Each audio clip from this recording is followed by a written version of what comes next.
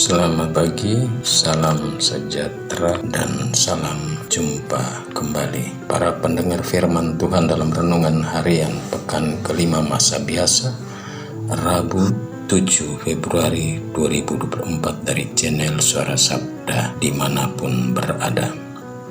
Semoga saya menjumpai para pendengar firman semuanya dalam keadaan sehat walafiat dan tetap setia untuk mendengar dan mengikuti renungan harian. Mari kita mengawali renungan pagi kita dengan berdoa bersama-sama. Dalam nama Bapa dan Putra dan Roh Kudus. Amin. Allah Bapa Maha Bijaksana, kami bersyukur atas segala rahmat dan berkat yang sudah kami terima daripada-Mu. Kami mohon anugerahkanlah kami kebijaksanaan-Mu, sebab melalui kebijaksanaan kami mampu memahami segala sesuatu dan dapat mendatangkan sesuatu demi hidup kami. Dengan pengantaran Kristus Tuhan kami, yang hidup dan berkuasa kini dan sepanjang masa. Amin.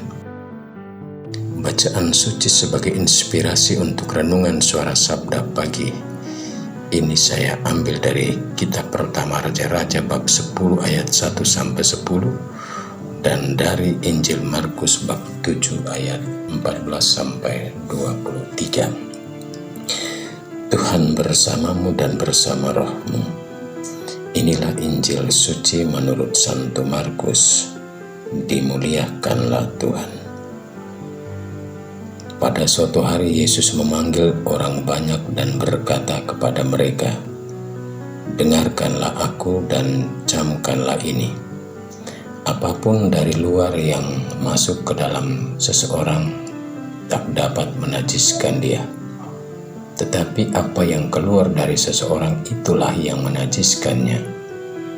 Barang siapa bertelinga untuk mendengar, hendaklah ia mendengarkan." Sesudah itu Yesus masuk ke sebuah rumah untuk menyingkir dari orang banyak. Maka para murid bertanya kepada Yesus tentang arti perumpamaan itu. Yesus menjawab, "Apakah kalian juga tidak dapat memahaminya?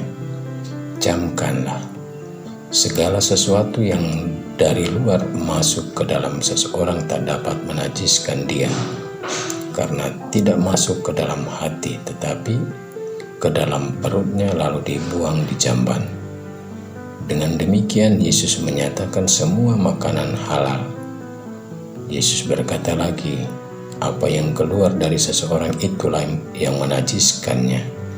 Sebab dari dalam hati orang timbul segala pikiran jahat, persinahan, keserakahan, kejahatan, kelicikan, hawa nafsu, iri hati, hujat, kesombongan, kebebalan.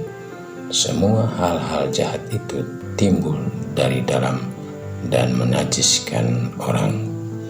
Demikianlah sabda Tuhan.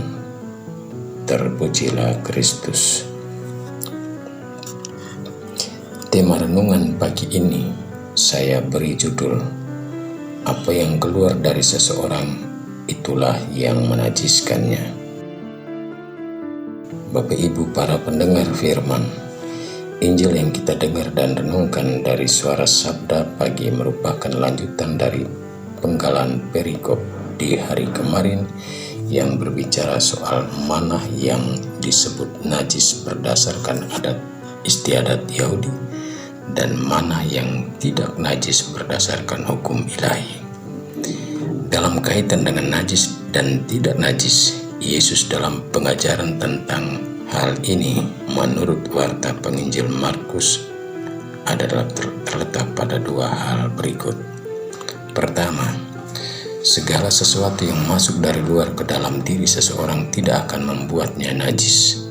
Sebab yang masuk dari luar adalah hal-hal atau barang-barang yang dikonsumsi yang bersifat memberi kenikmatan sementara pada bibir, lidah, dan menghilangkan rasa lapar dan haus, dan bermuara pada perut dan menjadi tidak berguna lalu dibuang ke jamban.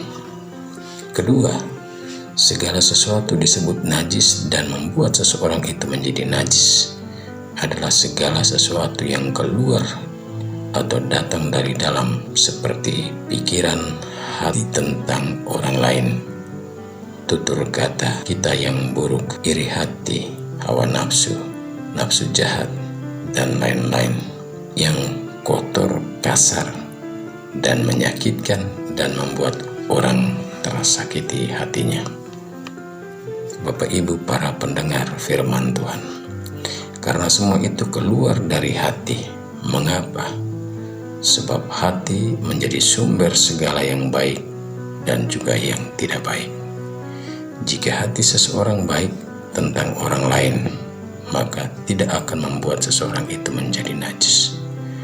Tapi jika hati kita buruk dan kotor, penuh dengan rasa benci dan dendam, iri hati, hawa nafsu, nafsu jahat, dan selalu berpikir negatif tentang sesama, maka apapun yang dilakukan dan dikerjakan orang, meskipun itu baik, akan tetap buruk di mata dan hati orang itu.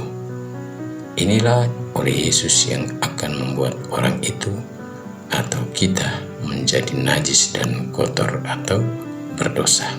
Bapak Ibu pendengar firman Tuhan, pengejaran tentang najis dan tidak najis oleh Yesus yang ditulis penginjil Markus pertama bermaksud mengkritisir sikap orang Yahudi yang selalu memandang segala sesuatu yang masuk dari luar diri dari sudut pandang adat istiadat Yahudi, seperti makanan atau makan dengan tidak mencuci tangan, membuat orang itu najis dan kotor atau berdosa. Pandangan ini salah.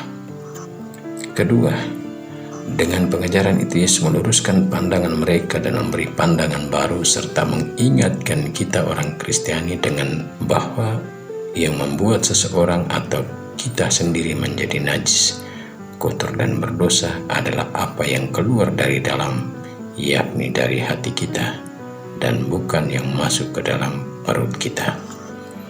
Marilah kita selalu berusaha untuk berpikir positif tentang orang lain, agar orang lain pun selalu berpikir positif tentang kita.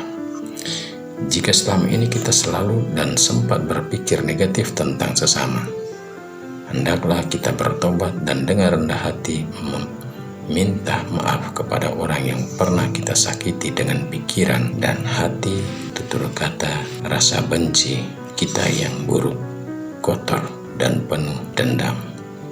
Sebab hidup kita akan menjadi indah, damai, penuh sukacita, kegembiraan, di mana orang selalu berpikir positif tentang orang lain. Apakah kita bisa?